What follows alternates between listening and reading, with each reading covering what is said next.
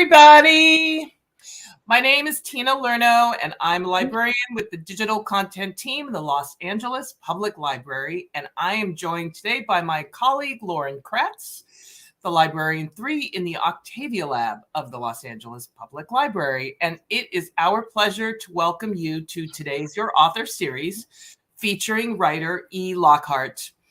Please feel free to use the chat box to send in your questions and comments, and they'll be answered towards the end of the program. And also, don't forget to email ecdept@lapl.org. It's in the chat for your chance to be entered into an opportunity drawing to win a copy of today's book, Whistle.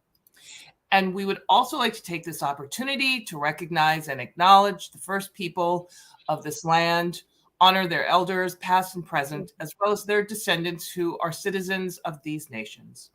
For more information on which territory you may reside in, check out native-land.ca. And of course, we want to thank our generous donors, the Lenore S and Bernard A. Greenberg Fund, as well as the Library Foundation, and our amazing behind-the-scenes staff for helping the library bring these author and illustrator programs to you virtually. And in today's Your Author program, join us and welcome E. Lockhart as she discusses DC Comics' newest Jewish superhero, Whistle.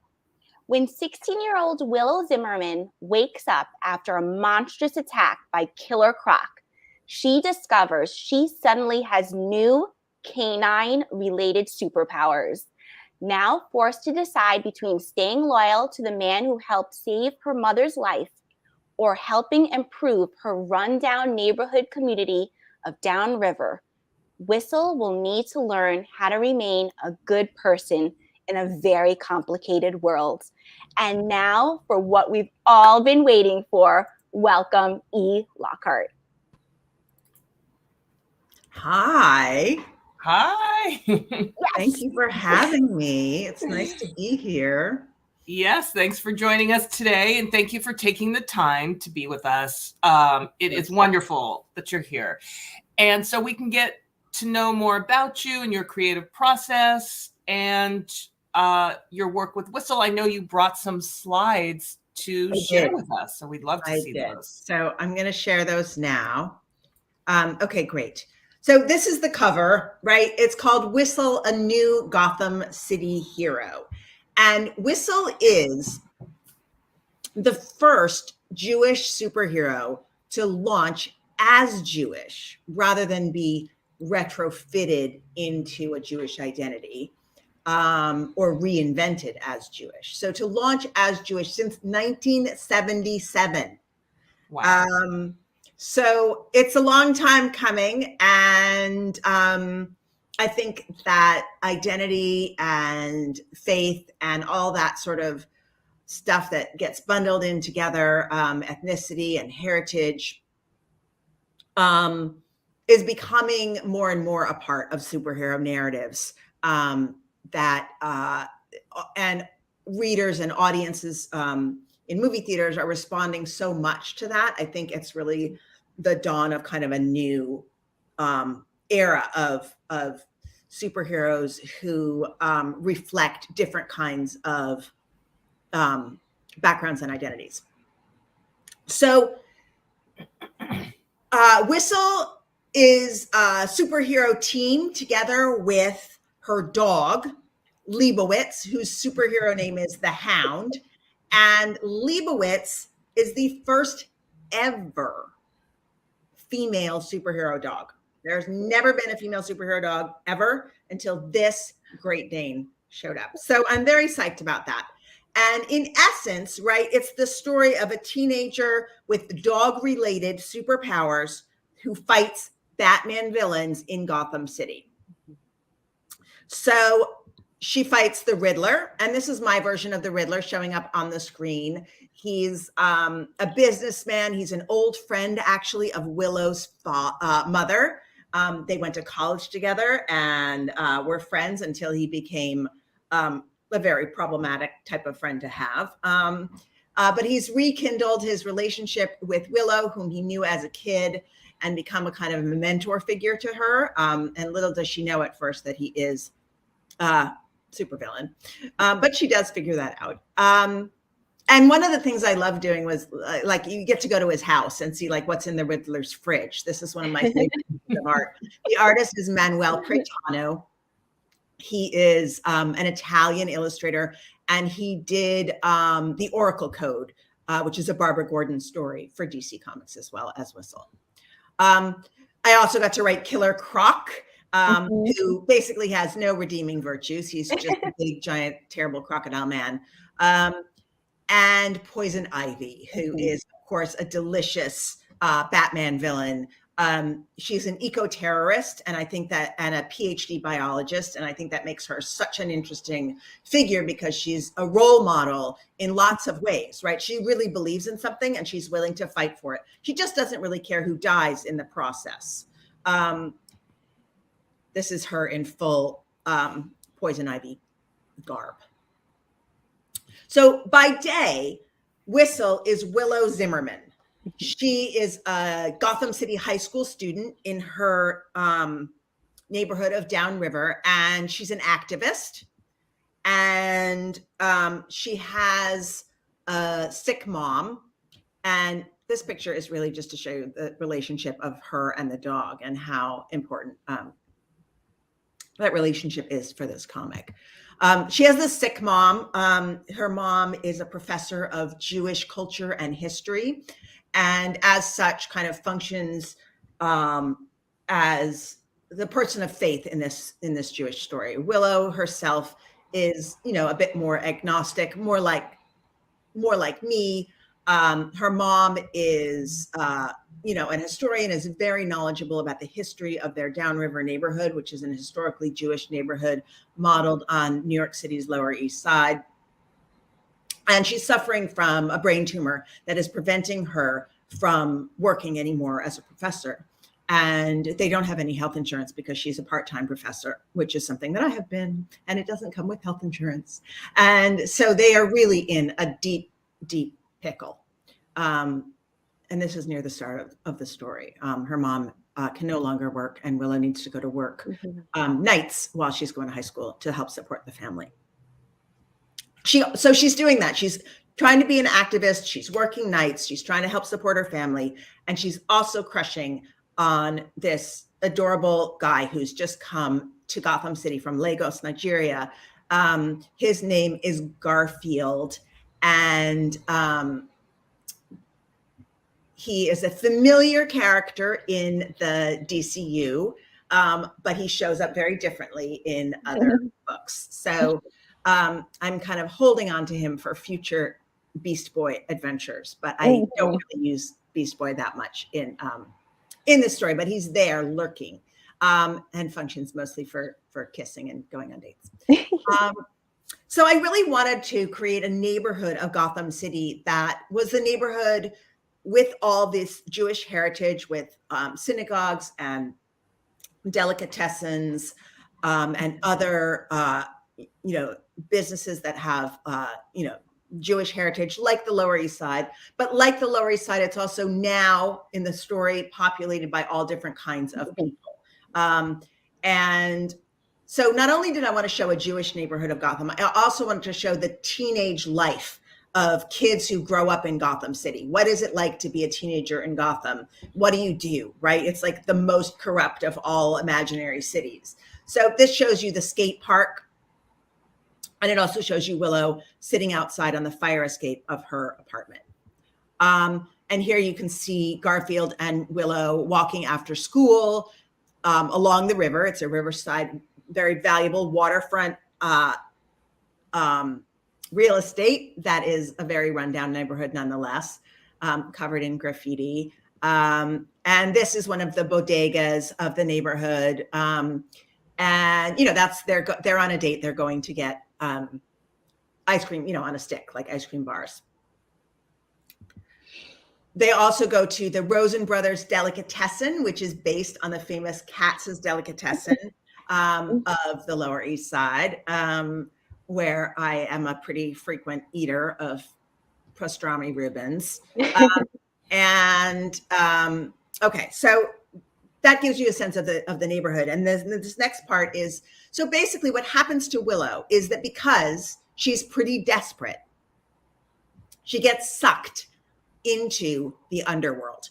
And this, in the story, it is told in a pretty entertaining way. She gets a job running poker night for the Riddler.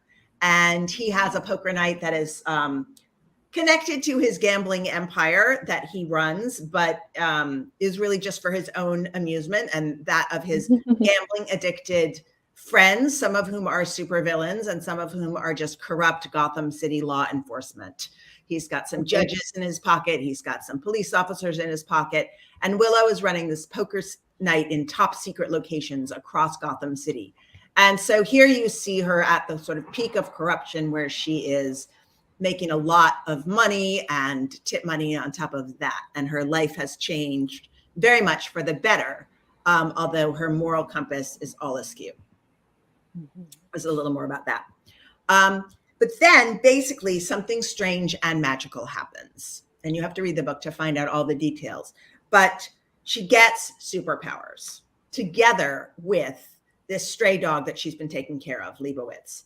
And the two of them become a superhero team, as you do. If you are in Gotham City and something strange and magical happens to you, you either become a lunatic villain or you become a superhero. So she becomes a hero. And she has to figure out a costume, which is what you're seeing in this slide. And eventually she becomes a crime fighter, again, as you do in Gotham City, right? And protects specifically her home neighborhood of Downriver against the forces of supervillainy and of gentrification. So that is Whistle. And I'm really excited to talk some more about it with all of you. Well, excellent. We both have some questions for you. Okay. So I'm going to go first. And my question is, what inspired you to write Whistle? And what was the process of writing a superhero book with DC? I imagine there's lots of rules surrounding writing in the canon. Mm-hmm. Well, to answer the first part of that first is no, because this was outside of canon. So, and outside of continuity. So they basically gave me free reign to do anything I wanted in Gotham City, invent a new hero, use any villains I wanted. Just don't mess with the bat. And that's really the only instruction they gave me. Whistle is now a canonical hero. And the reason she became canon is that she showed up at Teen Titans Academy in the comic books. So there was an issue of Teen Titans Academy where Whistle and the Hound come to the Academy. And that was like basically her induction into the DCU canon. And before that, this graphic novel existed sort of to the side. But that gave me incredible freedom. I could really do whatever I wanted.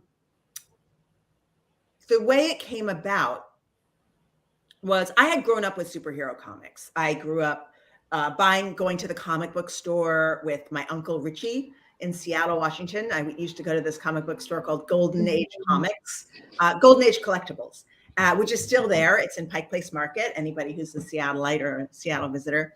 And we would go there and there would be these there were lots of new comics, but there were also used comics in these sort of long cardboard boxes. And they would be like 5 cents each, right? Maybe 10 cents each for the ones that were in better condition. So he would just give me and my cousins a couple bucks and we could really get quite a lot of reading material for those couple bucks.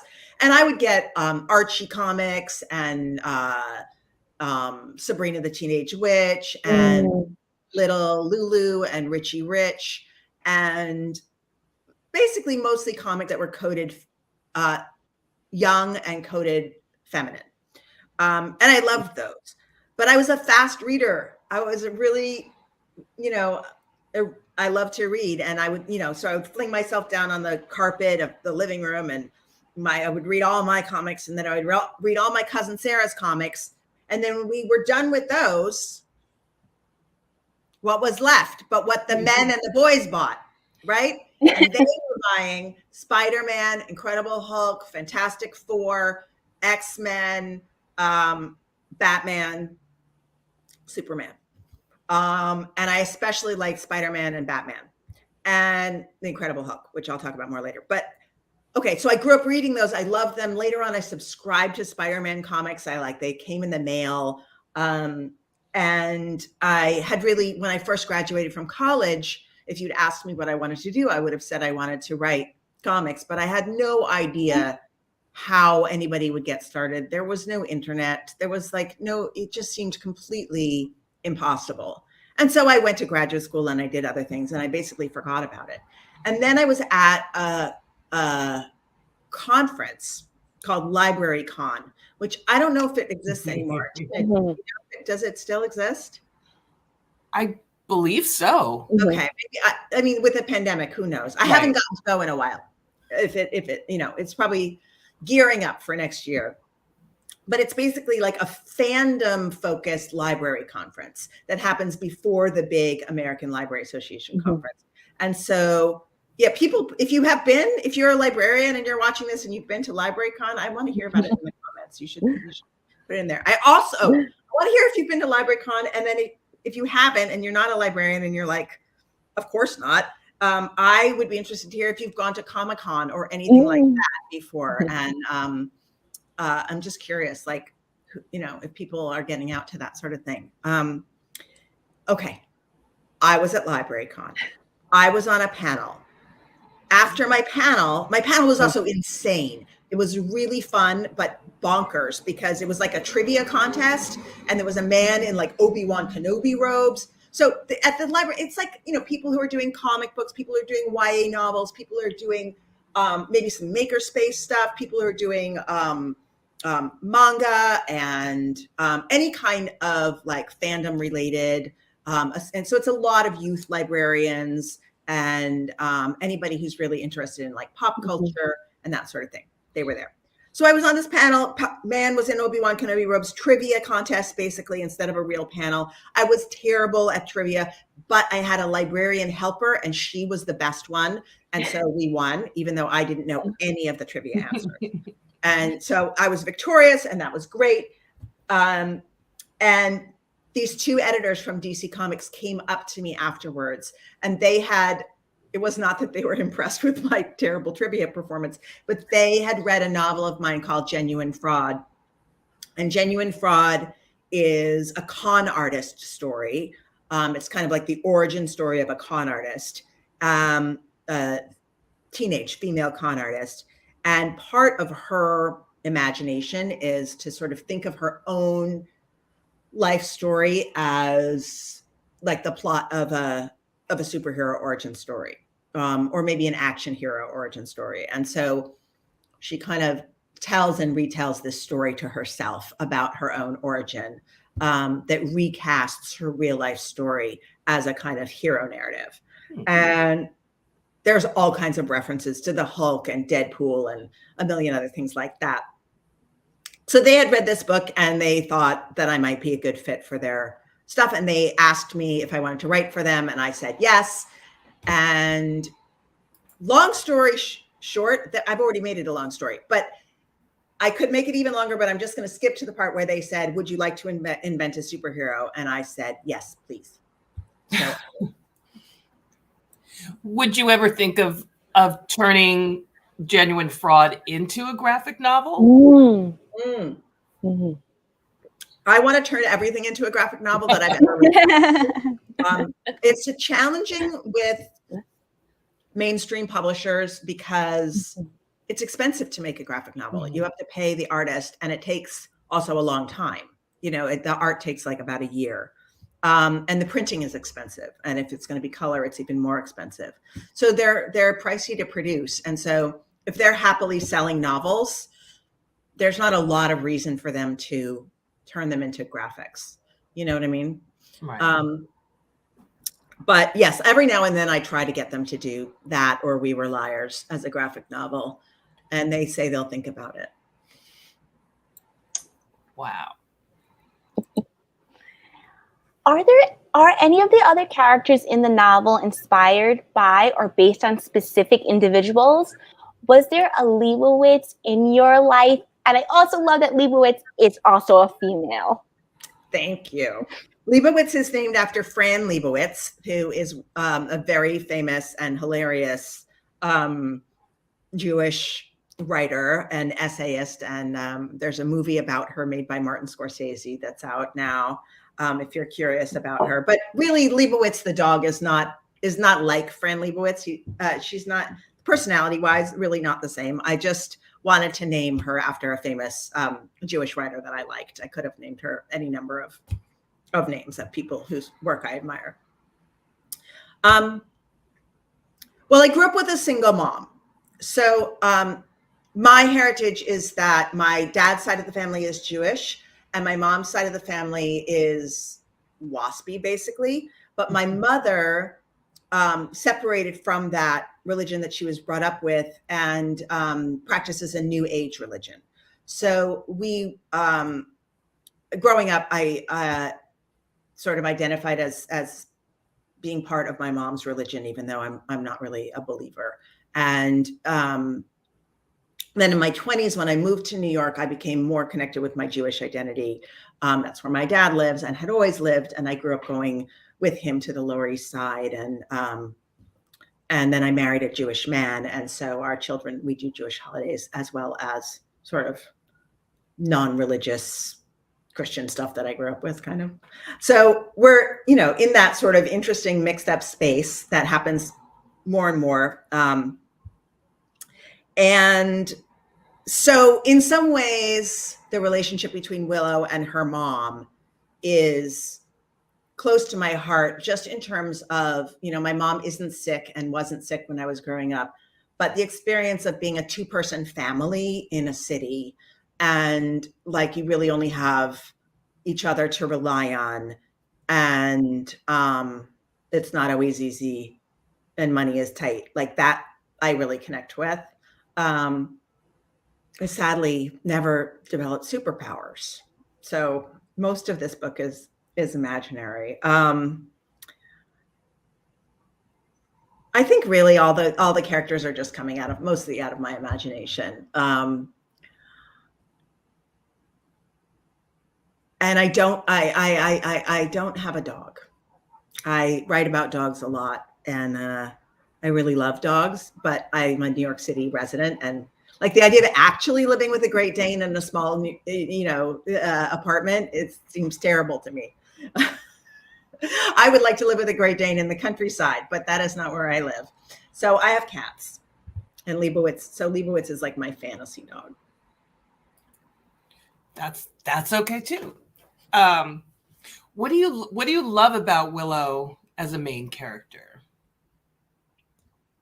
Well, here's something that's from real life. She's an activist. And as a teenager, I was not politically active. I was like interested in trying to kiss boys and get a big part in the school play. Like that was all I was interested in. And whatever, that's fine. But I see as a parent and as a community member, so many teenagers that I know now and that I meet also at book festivals are in one way or another really politically engaged.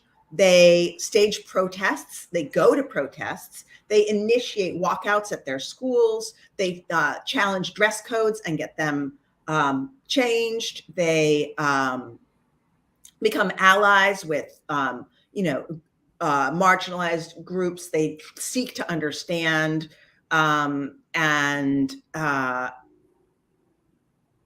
they publish zines and they create social media that is trying to, make change happen in their communities. And like, I just find that so moving. Like I know a bunch of kids who are part of Workers' Circle here in New York, which is a secular Jewish organization that does a lot of community activism and outreach and civil rights activism and things like that.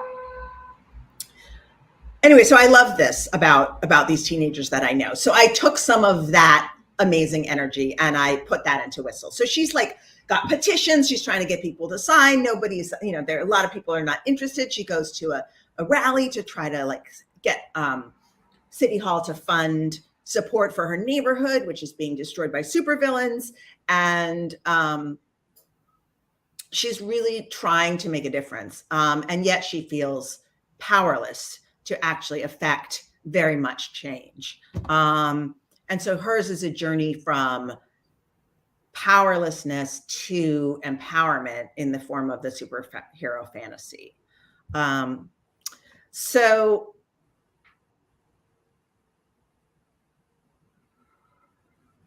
that's what I love about her the best, right? Is that she's like, even when she's at her least powerful, she's still trying to make a difference. And I admire that a lot. I really, really liked Willow. Yeah. Thank you. How was it collaborating? And can you pronounce your artist name, Manuel? Manuel Cretano. How was it collaborating with him? Because you're known for your prose novels. How was it working with a creator that's an artist? How was that collaboration? Well, I have written a lot of picture books under my other name. And so I had a lot of experience working with word and image. And I think that definitely helped in writing a graphic novel. But writing a graphic novel is really different from a picture book as well as different from a prose novel. I think Manuel was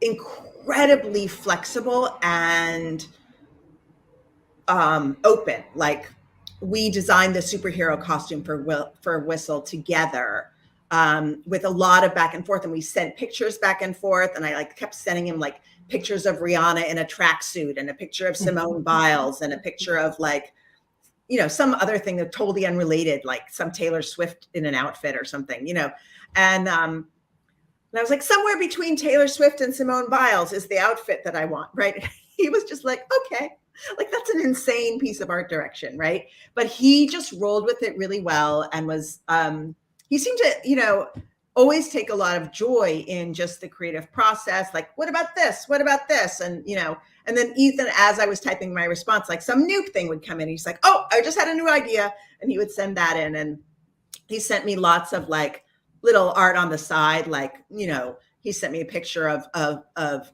Whistle and Leibowitz wearing Wonder Woman sweaters, like a little dog Wonder Woman sweater. It was the best. And so stuff like that. So he was just really delightful. And I think, because I was new to the process, he was probably also tolerant of me being a little, maybe, I think if I was to do it again, I would be less controlling and less opinionated and give him his head even more, like be looser and more flexible. But it was really, really fun. I had a really fantastic time working with him. He's the best. And did you get to, did they give you samples of people's work and say, you can pick from these artists, or how does that? They did exactly that. And then they just hired Manuel, actually. They sent me a whole list of people and all these links. And while I was kind of looking at them and thinking about them, they were like, well, we've hired Manuel. And I was like, okay. I mean, he was great. I had seen his Oracle code work, so I was very happy to have him. Yeah. Well, it looks fantastic. I mean, I love the art, and I actually love that. I imagined him in the page that you showed where you see the different costumes, that he was kind of throwing out all these different ideas, and those were some of the rejects that had actually happened between the two of you. Well, I actually wrote that page before that happened, but okay. I'm glad it felt like that. Yeah. So how important is it to you, or was it to you, that Willow was Jewish and that she was a Jewish character in the DC universe? Well, I think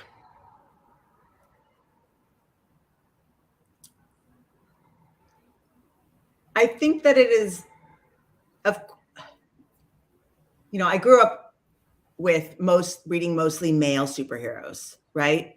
And I identified with Spider-Man as much as with, female characters that I saw, more so because I felt he was more like me, right? His personality was more like me. His struggles were more like me. His gender was different, right?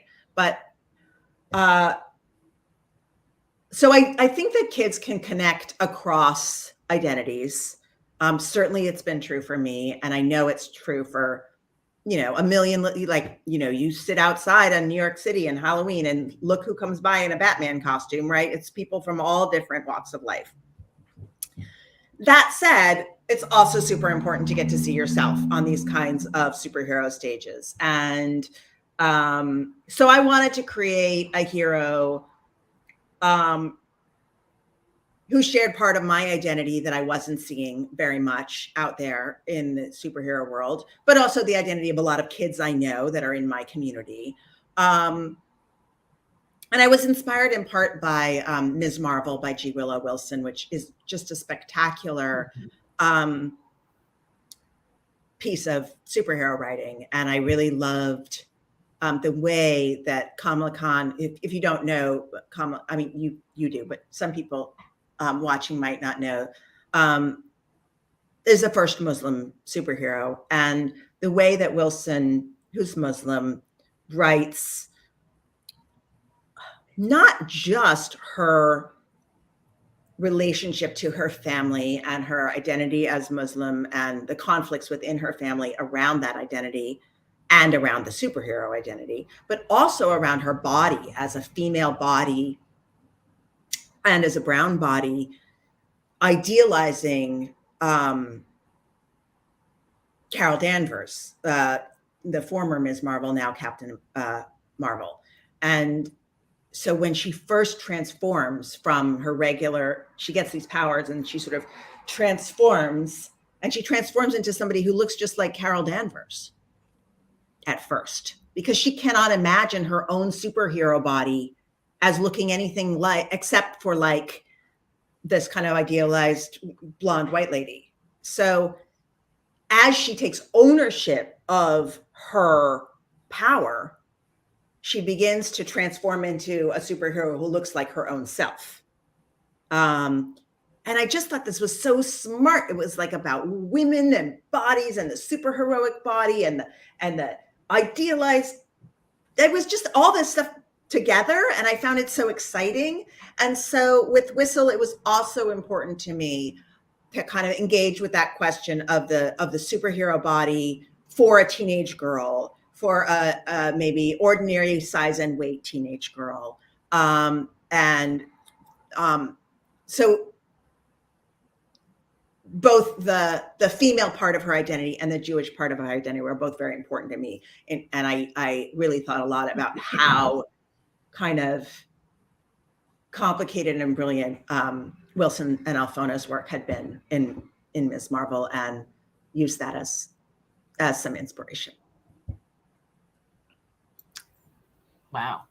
So if you haven't read Ms. Marvel, go out, get it from your library, read it. For sure. Such a great book. We've read it. We've read it. A good recommendation. Can you call on any of your past Jewish experiences? Did that affect your writing of Willow or any of the other characters? Because I know you mentioned earlier visiting your dad in New York City. Did any of those past experiences influence any of the characters in the book now? I think the biggest part of it for me had to do with a feeling of history and connecting the history of New York City or Gotham, right? To the history of Jewish people and Jewish culture and Jewish immigration. So my great-grandparents came over from Russia and from Poland. My grandmother's parents owned a grocery store in the Bronx. My grandpa worked for a lace factory. according to my father, he invented stretch lace, but I'm not sure that's really true. If so, it was a good invention and he didn't really get credit for it. Anyway, that's, where they were, they lived at different times in Jamaica, Queens, and in the Bronx. And then my dad lived on the Lower East Side. But, I've read a lot about the history of Jewish people in the city, and specifically in the Lower East Side. At one point, there were 500 synagogues in New York's Lower East Side, which is a very small neighborhood. 500 synagogues, because people were coming over. This is in like the turn of the 19th to the 20th century, sort of the years from maybe like 1890 up to 1930 or so. People were coming over, and they, with other people from their village. And so they with a rabbi, so they would set up like a little mini synagogue that might be in a storefront or upstairs in a building or something like that. They didn't all have formal spaces, but they were keeping their home community in the middle of this, multilingual Jewish neighborhood, right? People were coming from all over. A lot of people were speaking Yiddish, but there were also all these other languages going on at the same time. So it's just like this really rich heritage and this incredible density of population. There were more Jewish people per square acre than there were anywhere else in the world at that time. So I just, having done a bunch of reading, and I had written another project connected to the Lower East Side, that sense of like the people and the culture and that connection of myself to the city, to my grandparents, and to that neighborhood, that was just a big part of it for me. I think it really comes out too in the backstory with the mom, and you really feel that connection. I felt that connection. Thank you. Can you talk a little bit about your writing process, and has it changed? Do you sort of write in the same style that you did when you first started, or what's that process? It kind of varies book to book. One thing I do that might be sort of interesting to people is I use a program called Scrivener. So I think most people imagine writing novels in Microsoft Word, and that is what I did when I started out. But Scrivener is a word processing program that allows you to kind of, if you imagine seeing your manuscript from like a bird's eye view, and if you imagine the different chapters in your book, or maybe even just different scenes in your book as index cards, and imagine that you could lay all those index cards out on a table and then move them around and color code them and restructure your story by moving those index cards. That is what Scrivener allows you to do. So you can write out of order and then rearrange your story very easily, and sort of see the building blocks of your plot in a visual way. So that is a big part of my process. Interesting. And did it differ for Whistle, because it was? Yeah, Whistle, for when you're writing a graphic novel and you're not the illustrator and you're writing, at least for one of these big companies, you're laying out you're figuring out what's happening on every page. So I wrote an outline for DC that said, pages 4 to 8, this is what happens. Pages 9 to whatever, this is what happens, and so forth. And you're making sure to always change locations on the left side of the page, for example, for legibility, which is not necessarily true in all comics, but it's true in DC's Young Readers line. You change locations on the left side of that page. So you're figuring out like, okay, if this is going to happen, how many pages is it going to take, and trying to structure it that way. Cool. And I just had a follow-up thought, which was your new book is a prequel to a book you wrote a number of years ago. Did you have that saved, backed up somewhere, and you were like scrambling to find like, where's that manuscript? Oh, Lauren's holding it up. My new book is called Family of Liars, and it came out 2 weeks ago. And it's a prequel to We Were Liars, which came out a long time ago.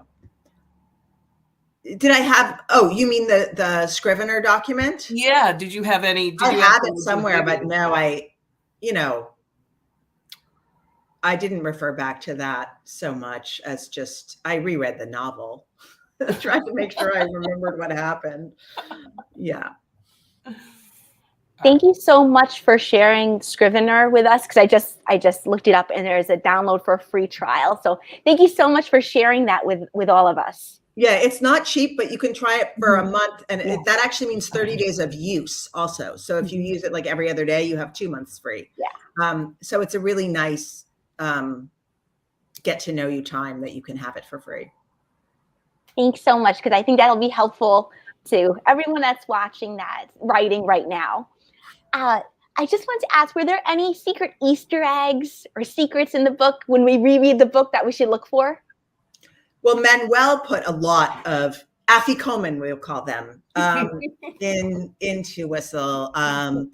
He's a real, DC fan. So like there's a point where they're all in a toy store. They're playing poker in the upstairs of a toy store. And there's like all kinds of DC memorabilia and this and that throughout the toy store. There's also graffiti throughout downriver for Poison Ivy. They go to a Black Canary concert. So if you don't know Black Canary, she is a DC hero who also has a band. And we had a lot of conversations about whether it should be Harley Quinn's band or Black Canary's band, but we decided that we might want to use actual Harley later, on in our series. And so we used Black Canary instead. And Garfield is wearing a Green Lantern t-shirt. And I think in the slide that I showed. So yeah, there are actually a lot, and probably some that I've missed that Manuel put in there. And then there are some New York City Easter eggs or afikomen. So like the Shelsky's Bagels of Gotham is a location where Poison Ivy and Whistle have a big superhero battle. And that is named after, it's not quite a bagel store, but it's like a Jewish delicatessen that is in my neighborhood called Shelsky's. And Rosen Brothers Delicatessen is modeled on Katz's on the Lower East Side. And I sent Manuel all these pictures of Katz's. So if it's really very clear that he used the walls of Katz's look just like the walls of Rosen Brothers. And also the synagogue that Willow visits is based on the Eldridge Street Synagogue, which is a especially beautiful synagogue on the Lower East Side that you can go on tours of and learn about the history of the neighborhood and the history of the synagogue, which I've done. And so, there's a lot of kind of, if you're a deep dive into Lower East Side history, you can definitely spot some stuff. Cool. Well, I know that Lauren is a native New Yorker, and we were talking earlier about favorite delis. So I wanted to see from both of you actually what your favorite deli is. Is there? Oh yeah, Lauren, what do you love? Well, I love a bunch of delis, but I used to frequent 2nd Avenue Deli a lot because it's on 33rd Street, and I had two close friends, one working on 3rd Avenue and then one working at the NYU Hospital on 1st Avenue. So I always tended up to be in that area.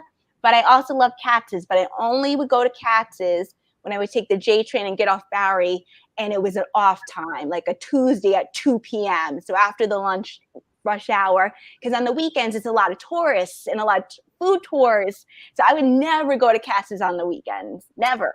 I've been to Katz's on the weekend twice lately. And it was in both cases people from out of town, and we were just like, we're going to do it.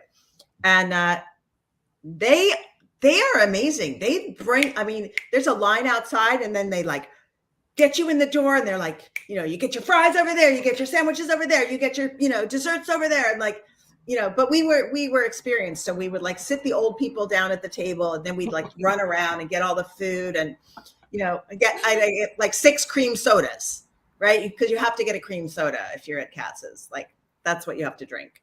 You can get diet cream soda. I get diet cream soda, actually. The cream soda is too sweet for me. Or the celery? You want the celery soda? I don't know. I don't like the celery. I like the cream. My dad sometimes gets the celery, but that's really just for nostalgia's sake. He doesn't really like it. I don't think anybody likes it. But anyway, yes, I get a pastrami Reuben at Katz's. That's definitely my go-to. But Shelsky's is like new, right? It's like Shelsky's is like nostalgia, but new. You know what I mean? It's like a little hipster in that way. But the food is, they're not messing around. So I love it there too. Oh my God, I'm so hungry now. That's good to know. So next time I'm there, I'm gonna visit. Okay, do it. Do you have any advice for young people who may be wanting to write their own book? Advice to give them? Well, I'll say this. Like, I was not the most talented person in my college writing class. I took one fiction writing class ever in my life. It was in college. And like, my teacher did not think I was good. I got a B. My fellow students used to like rip my work apart. It seemed like they were all like really wonderful, and they were like on the school literary magazine and la, la, la, la, la, la. But here I am. And I think the difference between me and them was not talent, because I think most people would have said they were more talented than I was. The difference is that my books are finished, right? Mm-hmm. Like, I finished writing the book, and then I finished writing another book. And like, I think one of the most painful and challenging thing is to stick with your project when it seems like it's crappy, when you think, oh, this is terrible. Nobody's going to want to read this. I've lost my way. It's muddle. I just, you kind of want to throw it out, start something else, or throw it out and watch television, right? But if you just kind of keep coming back to it and keep coming back to it, you will eventually get good at it, right? It's practice. It is a craft that you can learn, and you can learn it, and then you have to finish your project. And I really think, like, if you want to, you can learn to do this.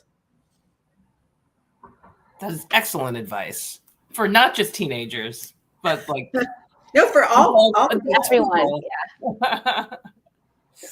Lauren, should we ask some of the audience questions? Oh yes, sure. Let's see. Yeah, if people have questions, you can put them in the chat. Yes, we have a bunch. Let's start with Justin's first question. Does the publishing house accept dialogue reflecting how young adults actually talk today? For the most part, yes, but I would want to give a nuanced answer to that question. Mm-hmm. First of all, I'm obviously like an old person, right? So I don't necessarily know exactly how young people talk today. And obviously young people in different communities talk differently. So what I try to do, like if I was trying to replicate exactly how kids are talking now, by the time my book comes out 2 years from now, the slang would be old, right? And the pop culture references would be old. So most of the time I'm trying to kind of invent a linguistic universe for my characters. Like, this is how they all talk at this one boarding school. This is how they talk on this one island where the people go for the summer. You know, this is how they talk at the summer drama camp.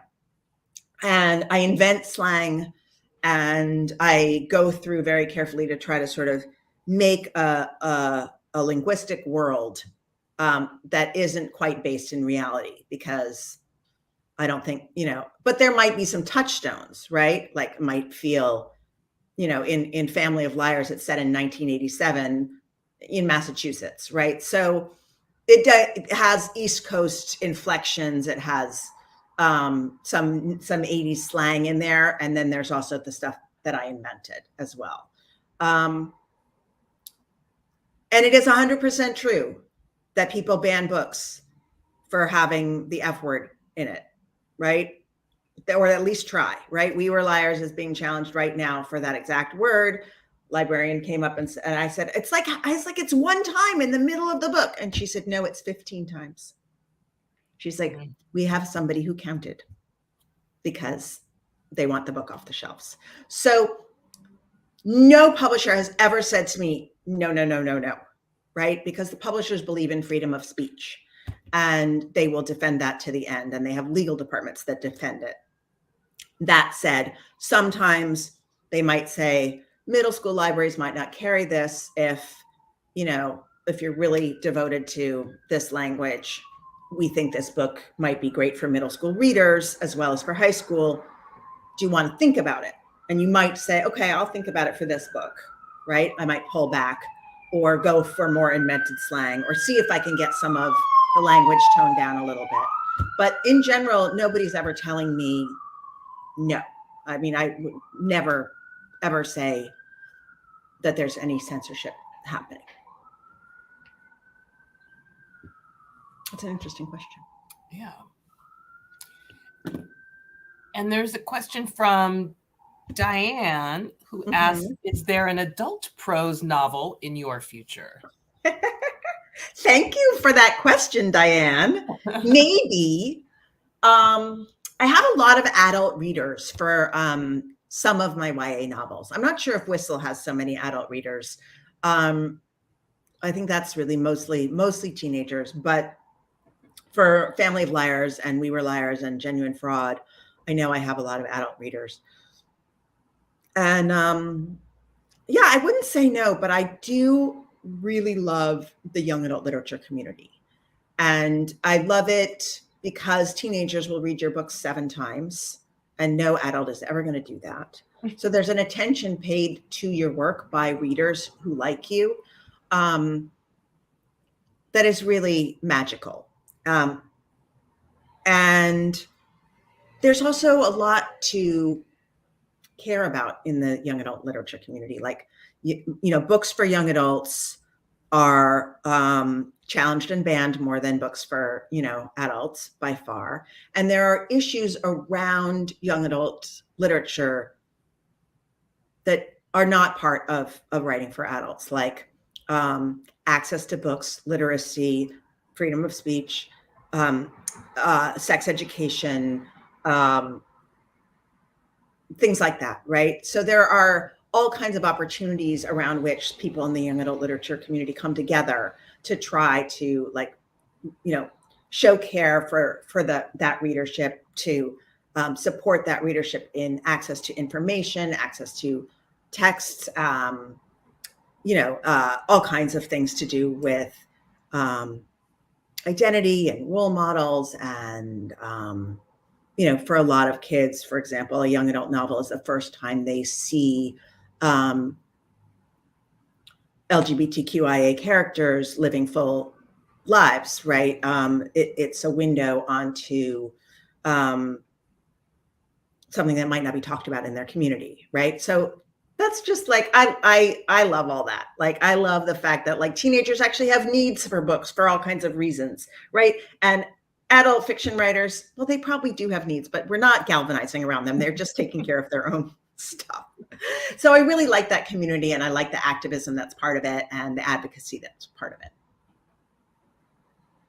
Just jumping on Diane's question a little bit, can you share with us, if possible, what you're working on right now? Well, I have a half of a YA novel written, but it's very weird. So I don't know if I'm finishing it.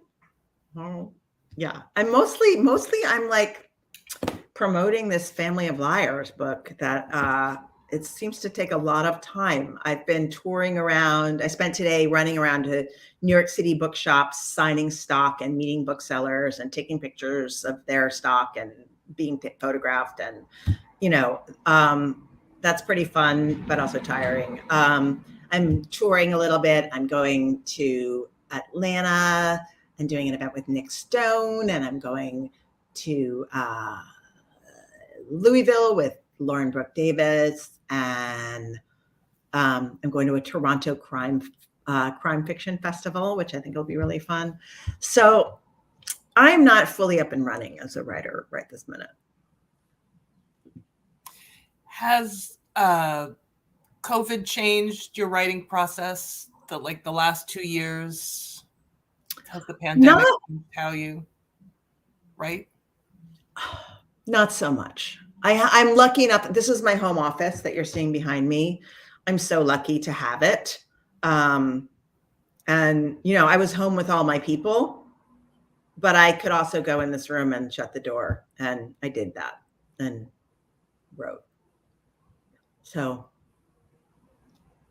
the rest of my life was more different than my writing process. Like, I feel like that was, for me, like a very lucky thing. I was thankful for my job and the fact that it could just basically stay the same, right? That I could retreat from the difficulty of the past couple of years into, these worlds of my imagination, and they could be whatever I wanted them to be.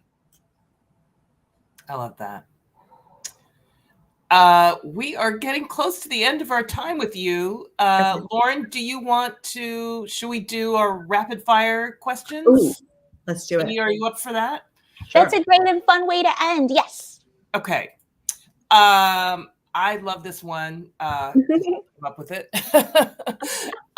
Talking dogs or talking cats, which would be more annoying? Oh. Well, obviously dogs would be more annoying in real life, but in Whistle, the dog is not annoying at all. She's delightful. Yes. So, I was next to a very barky dog in an outdoor coffee shop today, and the dog, the dog got tied up, and the owner went into the coffee shop to get the coffee and was coming back out. And the dog basically just yelled like, "Come back, come back, come back, come back." And it went on for like 10 minutes. She was in there for a long time. And then she came partway out and then went back in to put milk in the coffee. And the dog was like, "Oh, come back." Like, it could not rest. It was telling everybody how upset it was. So, Lord love it, but. Superhero films or period dramas? Oh, well, I do love a period drama, but superhero films all the way. Yeah. Makes sense. Bagels or Bialys?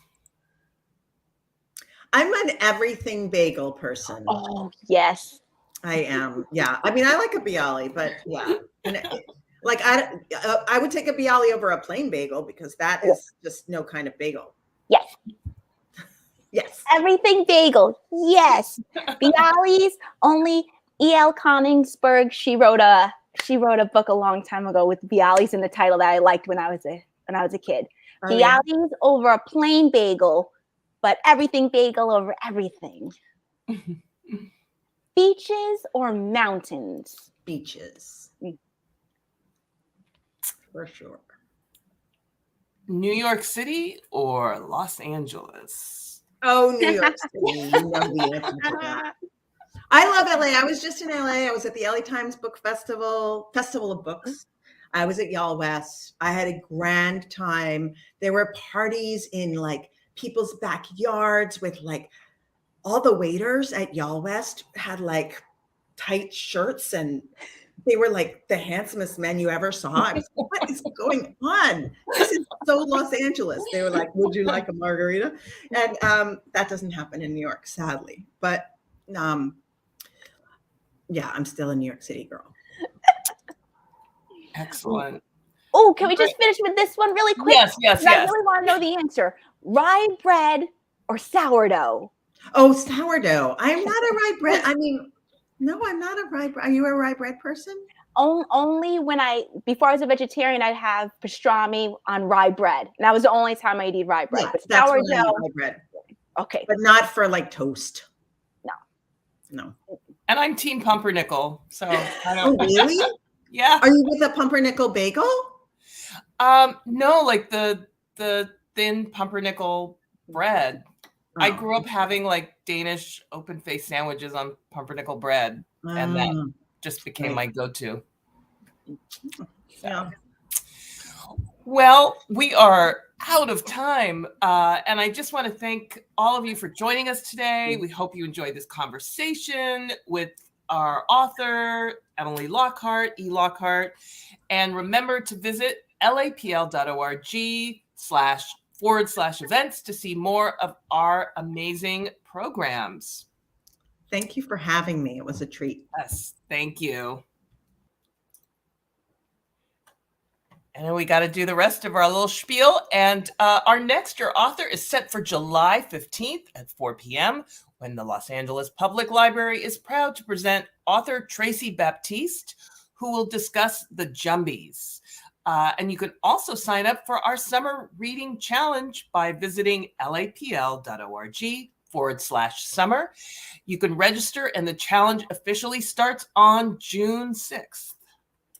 And as always, those attending this virtual program will have the opportunity to win a free book. Until next time, we truly appreciate all your support. The success of all of our library programs cannot happen without viewers like you, so thank you.